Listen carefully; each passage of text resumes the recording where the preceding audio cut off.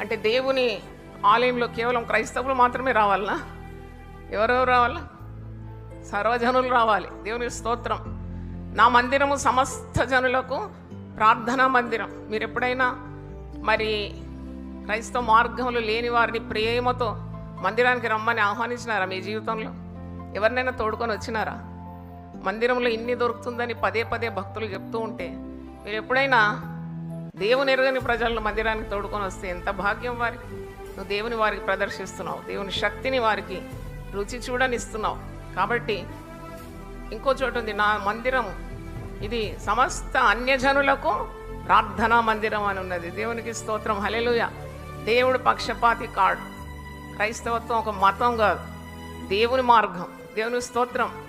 అంధకారం నుండి, చీకటి నుండి, పాపం నుండి, వారి పాపాల నుండి విడిపించి సన్మార్గంలో, సత్య మార్గంలో, పరిశుద్ధ మార్గంలో నడిపించే గొప్ప మార్గమే క్రీస్తు మార్గం.